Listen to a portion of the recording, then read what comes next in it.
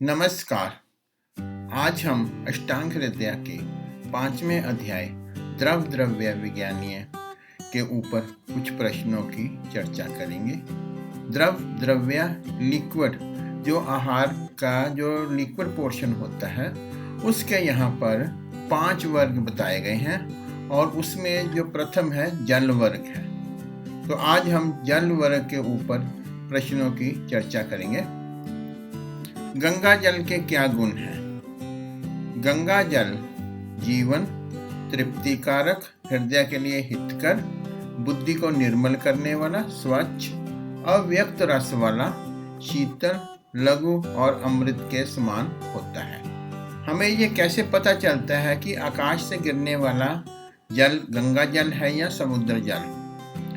वर्षा ऋतु में बरसे जल को चांदी के पात्र में एकत्रित करके उसमें क्षारीय अन्न रखने पर अगर वह विवरणता रहित और क्लेद रहित रहता है तो वह गंगा जल, अन्यथा उसे समुद्र जल समझना चाहिए।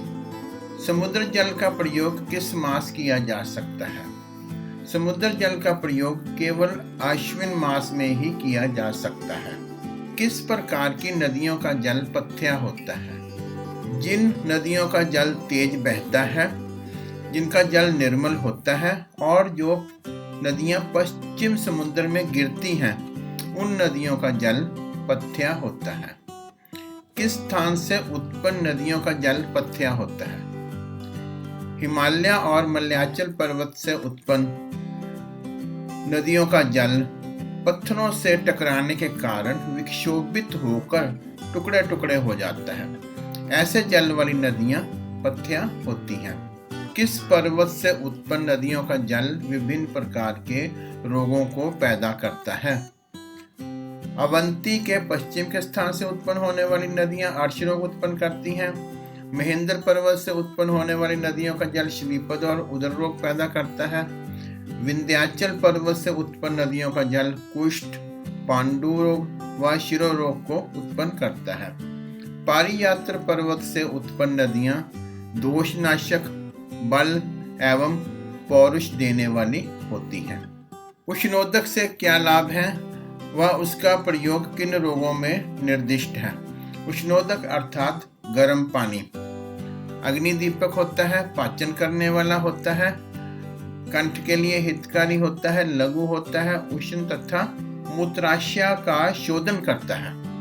इसका प्रयोग हिक्का रोग में, आद्यमान, वात कफ रोगों में, सद्य शुद्धि के उपरांत जिसने संशोधन करवाया है उसके तुरंत बाद नवज्वर, कास, पीनस, श्वास और पार्श्व शूल में प्रशस्त है।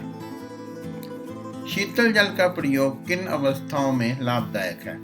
शीतल जल का प्रयोग मदात्या, ग्लानि, उत्साहहीनता, मूर्छा, छर्दी, श्रम, भ्रम, तृष्णा, उष्णता, दाह, पित्त रक्त विकृति और विष को दूर करता है।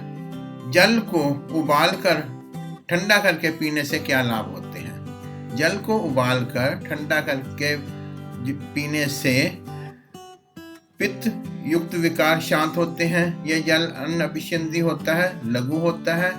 इस जल को अगर बासी करके प्रयोग किया जाए तो यह तीनों दोषों का प्रकोप करता है।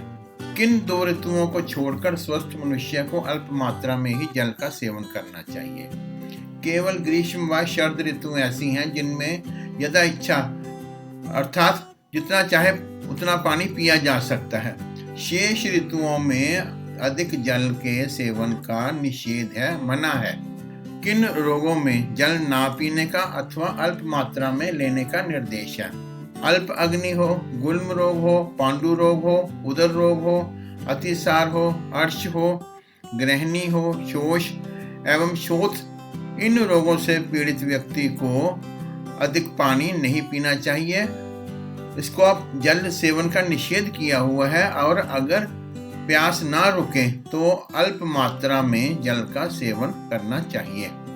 नारियल के जल के क्या गुण हैं? नारियल का जल स्निग्ध होता है, स्वादु होता है, वृष्य शीतल व लघु होता है।